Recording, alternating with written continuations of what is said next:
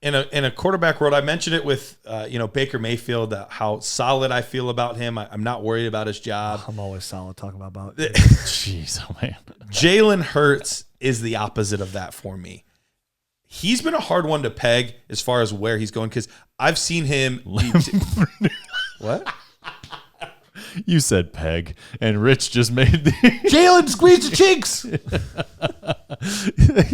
You can't say stuff like that around. Yeah, Rich, I should have man. known. That's on me. I wasn't even there mentally. I have the a very look- immature sense of humor. The look Very I got. immature. Was, You talking about trying to peg? well, I'm then having a hard time keeping track of where he's going in drafts. Far as away from you as possible. So I've seen him go as high as QB 11. Okay, a little rich. I've seen him go as late as QB 18 off the board. That's fair. So yeah, that's probably good. and so this was kind of the caveat with it. If it's some of those drafts where he's drafted around QB 17, QB 18, I'm willing to take that risk around there. Yeah. The problem is I've seen a lot of hype, a lot of tweets recently that Jalen Hurts absolutely will be a QB1 this year, no doubt about it, top 5 guy. And while that world does exist, it's just the risk involved with Jalen Hurts at quarterback makes me reluctant. It's a new head coach that wasn't there when he was drafted. Making him earn it too. Sounds And like he's making him earn it. They haven't officially named the starter. Now, we all know it's going to be Jalen Hurts because a world where Joe Flacco is starting over Jalen Hurts we would just watch it all burn to the ground. Jalen Hurts will be the starter week 1. Absolutely, positively. I still don't like that the coach won't say it, though. Like, it bugs me. But he will absolutely. The problem is, I still don't know that he is an accomplished passer of the football. He's not. Didn't have a single game last year where he passed over 60%, had a completion percentage over 60%. All of his games were below. Yep. He's going to have to make a quantum leap. He is. Yeah. He had Do it, Scott some Bauer. nice games early, Thank you. but as the season went on, more and more poor games. And then that last game of the season, only threw for 72 yards, only rushed for 34 yards, and then was eventually yanked by Nate Sudfeld, or for Nate Sudfeld. Suddy. Now, there's conspiracy theories as to why that happened. Yes. But he still had basically the entire game. He was yanked in the 4th quarter. Sure. So he had basically the entire game, still only did all of that. I don't necessarily, I might even be slightly higher on Jalen Hurts than you guys. I don't think he's a terrible player. I don't think he's a bad player.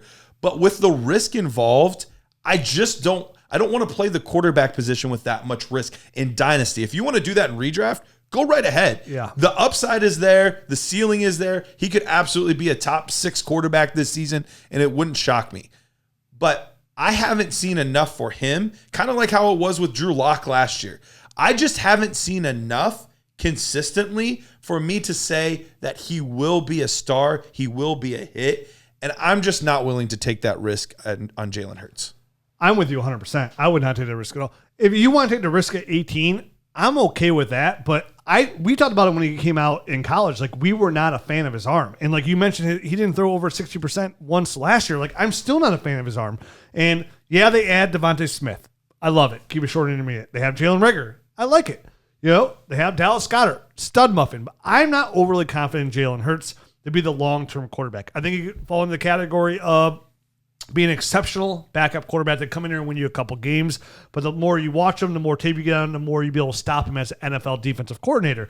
And there's tons of other guys out here that I would like. I'd much rather have Carson Wentz over Jalen Hurts. Oh, yeah. And he's a hot name in the Dynasty community. So I'm 100% selling him right now because there's really good value there on a guy who I believe is going to be a short-term Dynasty fantasy football quarterback. He's a redraft quarterback because this is the same guy at his own college where he got benched, right? Like, he got replaced by Tua Tagovailoa. Yep. So there's a lot of guys out there where Jalen Hurts, you can get proven guys. There's leagues out there where my buy was Baker Mayfield. You could trade Jalen Hurts straight up for Baker Mayfield. And to me, that's nutty buddy, right? Like, I mean, I'm not about that nonsense. No, I mean, I think you hit the nail on the head when you said he's a really good That's how you hammer? A really good backup quarterback. Have you ever seen this nail on guy? the head. Yeah, you ever seen him install floors? That's Hammer exactly time. how he does it. But like, what's the difference between Jalen Hurts and like a Tyrod Taylor from 8 years ago, or you know what I mean? Like, yeah, very similar style of players. You know, they're going to win on the ground. You know, the game has evolved since then to make it probably a little bit more friendly for these type of players. But at the same time, neither one of them are great passers of the football. And that's what it boils down to me. I think he's got a backup quarterback arm. And without the legs of a guy like Lamar Jackson, because he's not at that caliber, I just don't know how you can operate in the NFL for a full season without getting exposed. I don't get it. Like, people love his legs. Like, it's weird because people talk about Jalen Hurts like he's like dynasty gold.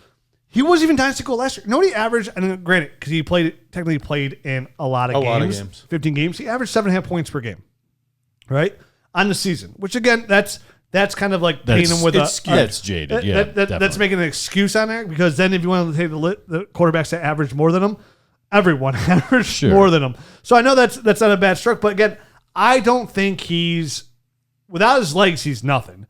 So he's just not that fantasy football quarterback. Can he get better? Yeah, he's a real smart kid, talented enough, can operate a system. But again, he's an exceptional backup for me. Like, he's like a Nick Foles, right? That's where he falls in the category. He would have to make a Josh Allen type of move, you know, in the offseason with his accuracy, in my opinion, in order for him to stick around and be a quarterback in the NFL. And we've seen it done. I mean, Josh Allen did it just a few years ago. So I'm not saying it can't be done. I'm just not betting on it. And you're passing up too many guys there. When you take a quarterback 18 overall, you're passing up too many guys that in a super flex league where 2 years from now, you'll be like, where did I blow? Like, where did I mess up my team? Like, oh, it's that Jalen Hurts pick. You know what I mean? Like, when you look back at it, you're taking him in top 6 rounds, most likely. In super flex, yeah, absolutely. So when you look back, at least one of those huge errors, if you have 2 of those in your startup in the top 8 rounds, like, you're set back. Like, that hurts you. You just can't miss. Definitely. And the problem is you can't miss at quarterback. You're starting off with a rebuild if you do that. Because you're setting yourself way too far back, because it's the hardest position to replace in super flex leagues. So when you're passing guys like you mentioned, Matt Stafford, I would much rather have that. Carson Wentz, I'd much rather go that way, because I like the long term and I like the upside, which is much higher. Because Jalen Hurts, to me, even his upside, like if he pans out, he's an okay quarterback. He throws for 3,000 yards and he rushes for X amount of yards. Like, I still think he falls in that. I think he'd be like a 700 to 800 yard rusher too. I mean, I don't think he's a guy that's going to get you 1,000 yards rushing and a crap load of touchdowns or anything. And listen, 3,000 yards in a 17 week season isn't as good. That's the kind of player I think he is. You know what I mean? Like, to me, he's locked in as a QB2 and like a low end quarterback too, most likely in my eyes. And granted, he can finish it because of quarterback injuries, missing games, things like that. Those guys give you that boost. But what's he going to average per game? You said his ADP is anywhere from...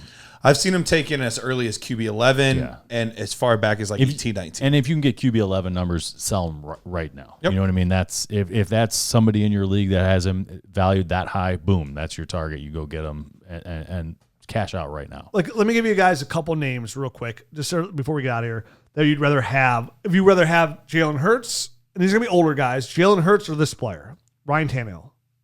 Tannehill. Yeah. Easily for me. Yep. Kirk Cousins. I'll take Cousins. Tough one. I mean, it's a tough one. I'm going to take Jalen Hurts. I think you're guaranteed the next 2 seasons for sure with Cousins and because Hurts, of his contract. And Hurts is a toss up. I'll take the upside on Hurts. Derek Carr. Ooh. I think I'd probably take Hurts. To be honest. I'll go Hurts. I like Carr though, but I do. Derek Carr finished his quarterback 13 last year, and that was even with missing a couple games. He missed. He missed one game, but he was a little banged up. A game and a half. I still feel like they're trying to replace him for some reason, even though they're not, and they haven't done any outwardly moves to make you think that they are. But most of their moves just haven't made sense. So the fact that he's still there. Second year coming to the system, Henry Ruggs, Brian Edwards, and they got Darren Waller there. For sure. Give me Carr. Never mind. Screw it. Give me Carr. That's the thing. I think people would say you're crazy, but again, you're getting quarterback 13 overall last year. State takes a small dip. He finishes quarterback 15. Like, I'm taking Derek Carr. I really like Derek Carr. He's only 30. He was like my big buy last year. I remember like almost every show I was talking about him as a buy. It felt like, and so I'm definitely a fan. I have him as my QB3 on like tons of my teams. We mentioned Carson Wentz as well, but those are all guys in that category, which I think you might be able to entertain that move. Mm-hmm.